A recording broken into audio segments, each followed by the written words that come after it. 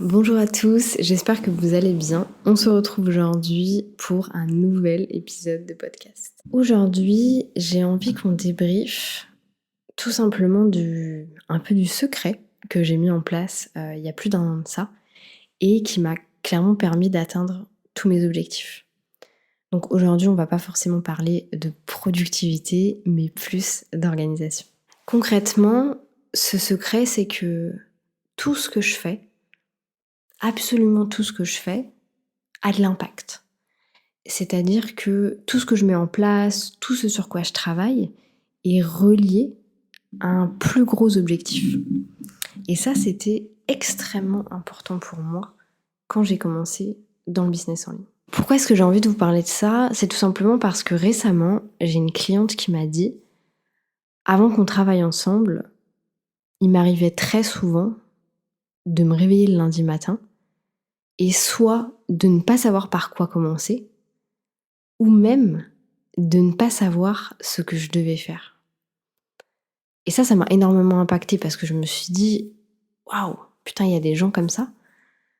Parce que c'est vrai que moi, j'ai toujours vécu dans ce flot d'organisation, donc j'avais peu conscience de ce genre de choses. Et ce qui est assez fou, ce qui s'est passé, c'est que ça n'a pas été la seule cliente à me dire ça. J'en ai eu 3 d'affilée qui m'ont dit: «J'ai un plan, je sais ce que je fais en fait, et je sais ce que je fais la semaine prochaine et en fait je sais ce que je fais après et je sais ce que je vais potentiellement faire sur 3 mois et là j'ai de la vision long terme et en fait c'est incroyable et ça me soulage de ouf». Et moi je me suis dit: «Mais attends, tu vas me dire que tu t'es lancée dans l'entrepreneuriat». La manière dont je le dis va paraître peut-être vachement, jugement, c'est pas du tout le cas, je vous assure. Mais je me suis dit: «Tu savais pas ce que tu devais faire. Tu savais pas par quoi tu devais commencer et concrètement tu ne connaissais pas les actions, tu avais pas de plan d'action». Et en fait, dans ces moments-là, je comprends, pourquoi certaines personnes, du coup, font appel à moi. Parce qu'effectivement, le stress, l'angoisse que ça doit engager, ce genre de pratique, est hyper compliqué. Surtout quand on est entrepreneur et qu'on travaille seul et cetera. Donc concrètement, j'ai compris tout ce qu'elle était en train de me raconter. Et du coup, je me suis posé la question: «Mais alors Aude, voilà, là tu juges un petit peu quand même, mais est-ce que toi, tu as toujours été comme ça?» Et je me suis posé la question, je me suis dit: «Est-ce qu'il y avait des matins justement où je ne savais pas quoi faire?» Et en fait, c'est marrant, c'est que ça m'a ramenée justement à, l'époque où je venais de quitter Decathlon, que j'étais toujours en Thaïlande et que j'étais au tout début de mon business. J'avais déjà des clients que j'avais trouvés de bouche à oreille, mais là, j'étais dans la partie développement. Et en fait, c'est vrai que j'ai été comme ça aussi. Et c'est pour ça que je ne juge pas et que même si mon ton peut paraître judgmental, c'est pas du tout le cas.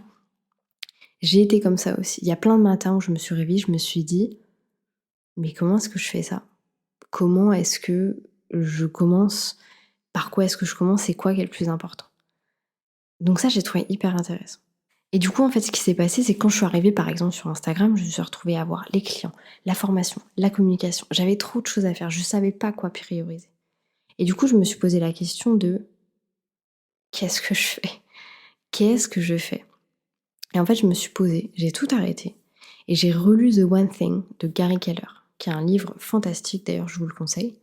J'ai relu ce livre-là et ça m'a fait un impact de fou. Et je me suis dit: «Mais c'est ça, tout ce que je dois faire doit avoir un impact. Je dois pas partir d'une action, je dois partir d'un objectif». Et c'est comme ça que j'ai tout découpé.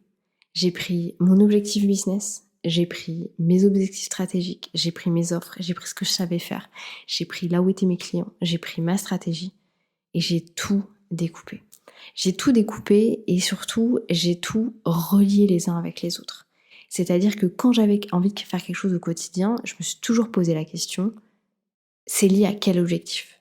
Ça a un impact pour quel objectif? Est-ce que c'est essentiel pour le développement de mon business? Si c'était pas le cas, mais que c'était à faire, je le faisais. Je me mettais une deadline, etc.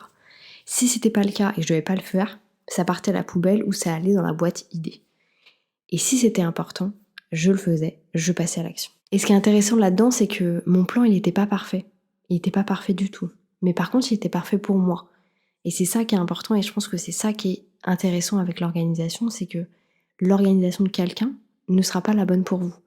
Mon organisation ne sera pas la bonne pour vous.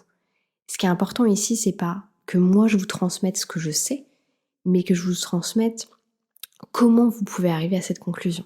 Donc pas que je vous explique le comment, mais que je vous explique le pourquoi. Que je vous amène à donner du sens à tout ce que vous faites. Bon, exceptionnellement, je finirai ce podcast sans caméra, tout simplement parce que je n'ai plus de batterie et que je suis à la fin du podcast. Je souhaitais vous remercier d'avoir écouté ce podcast qui était très court, mais je trouvais qu'il était essentiel. Ce concept d'avoir de l'impact dans tout ce qu'on fait, pour moi, est extrêmement important. N'hésitez pas à me dire dans les commentaires comment est-ce que vous le percevez, est-ce que c'est quelque chose que vous aimeriez justement définir beaucoup plus, travailler beaucoup plus, au-delà du fait que ça va être le sujet de la formation qui sortira en mars-avril, mais surtout que c'est intéressant de pouvoir le développer et j'aimerais beaucoup en parler encore plus en podcast. Donc voilà, n'hésitez pas à me donner votre feedback par rapport à ça. Sur ce, moi je vous laisse là-dessus, comme d'habitude, je vous souhaite une bonne soirée, une bonne matinée, une bonne journée, peu importe quand est-ce que vous allez regarder ce podcast, écoutez ce podcast, et je vous dis à bientôt pour un nouvel épisode.